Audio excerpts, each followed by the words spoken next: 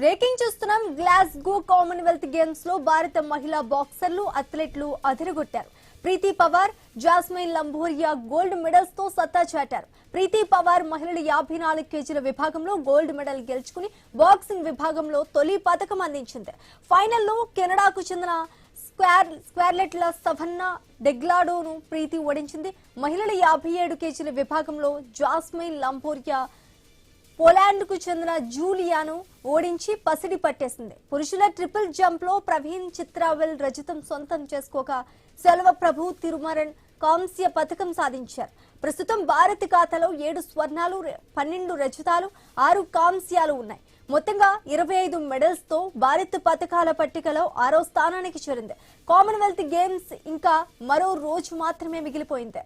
ఈ ఒక్క రోజే 20కి పైగా మెడల్స్ భారత్ సాధించే ఛాన్స్ ఉంది.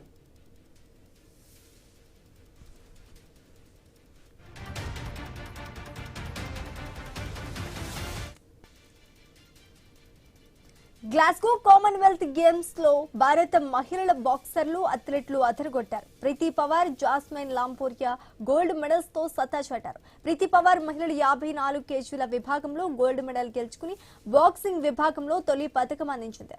ఇక ఇదే టాపిక్ పై మా ప్రతినిధి రత్నకుమార్ అందిస్తారు. రత్నకుమార్, రిజా, గ్లాస్గోలో జరుగుతున్న కామన్వెల్త్ గేమ్స్ లో మహిళా బాక్సర్లు అదరగొట్టారు.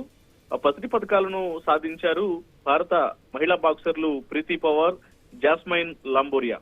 బాక్సింగ్ లో భారత్ కు తొలి స్వర్ణం అందించింది ప్రీతి పవార్.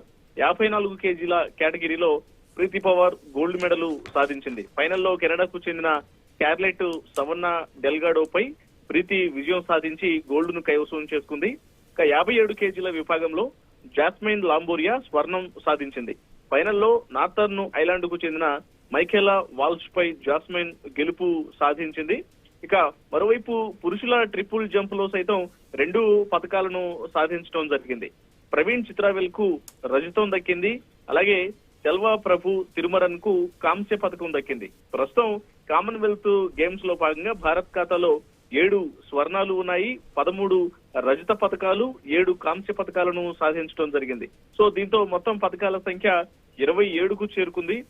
ఇక పథకాల పట్టికలో 6వ స్థానానికి చేరుకుంది ఇండియా. ఈ కామన్వెల్త్ గేమ్స్ లో వివిధ దేశాలు సాధించినటువంటి ఆ పథకాల లిస్ట్ లో ఈ రోజు ఒక్కరోజే 20కి పైగా పథకాలు భారత్ సాధించేటువంటి ఛాన్స్ ఉన్నట్లు తెలుస్తోంది. ఎందుకంటే వివిధ ఆటగాళ్లు, వివిధ గేమ్స్ కు సంబంధించినటువంటి ప్లేయర్స్ అంతా వాళ్ళు కీలకమైనటువంటి పోటీల్లో నిలుస్తూ ఉన్నారు. ఫైనల్ దశలో పోటీ పడుతూ ఉండడంతో 20కి పైగా పథకాలు వచ్చేటువంటి ఛాన్సులు ఉన్నట్లు కూడా అందరూ భావిస్తూ ఉన్నారు.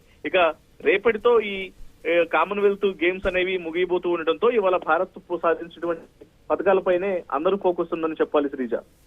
Right, thanks for the update Ratnakumar.